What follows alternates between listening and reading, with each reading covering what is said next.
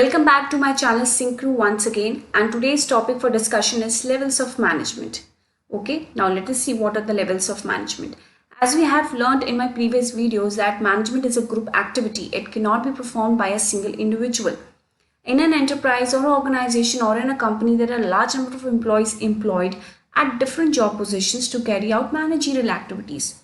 And to carry out these managerial activities, one needs the necessary authority and responsibility. If there is no authority and no responsibility, how can an employee work in an organization?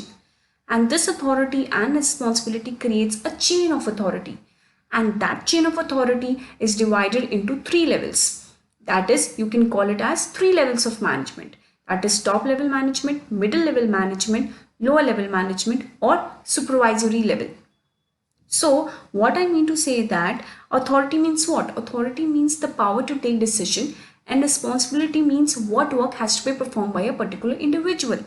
So this authority and this responsibility creates a chain of authority. That's who has a larger authority, who has a less authority. If you see, if in a college, principal has the highest position, it means what? He has a higher authority and larger responsibility. Then comes your vice principal, HODs, associate professors, assistant professor, your clerks.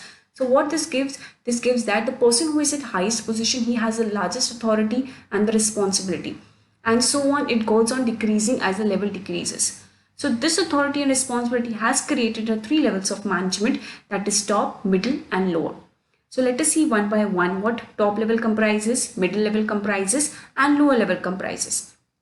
You see, top level management comprises of board of directors, general manager, chairman, president, vice president, CEO and CFO, that is chief financial officer.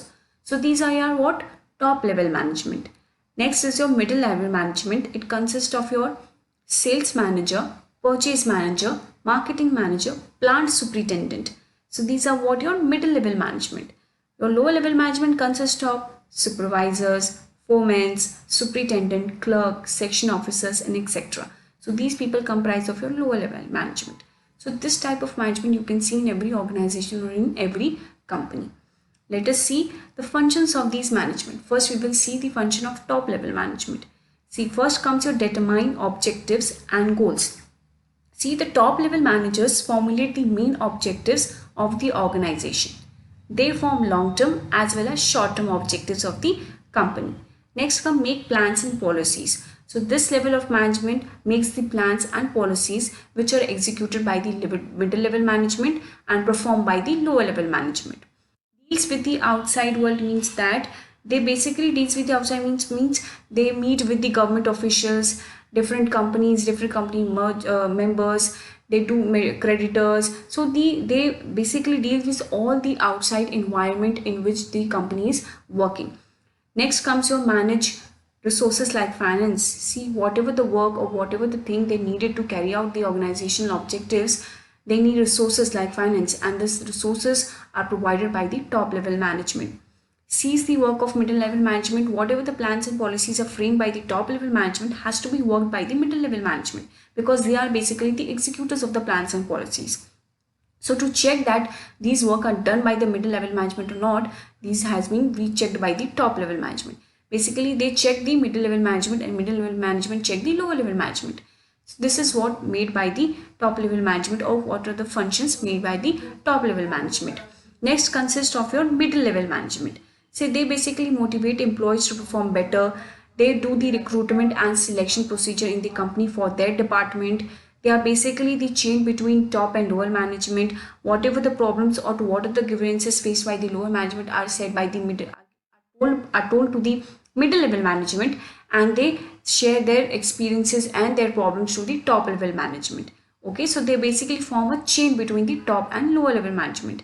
Executing plans and policy, what I've said, the plans and policies which are made by the top level management are executed by the middle level management. Controlling and instructing employees, the middle level managers keeps a watch on the activities of the lower managers, and they prepare their performance appraisals also, that they basically check how employees are working. Okay, they make report of that. Next comes your lower level management. They are the most important people who are basically communicating with the workers who are actually performing the work. They also see whether there are good conditions of working or not, try to develop the healthy relationship among the workers, and if whatever their problem they are facing are being represented by them to the middle level management, and they carry out that to the top level management. They look into the safety of the employees and boost their morale to work together for attaining the organizational objectives and goals. So these were the functions of your top, middle and lower level management. So basically this was what your levels of management consist of and their functions. I hope you have liked this video. If you have liked this video, don't forget to share and subscribe. Thank you.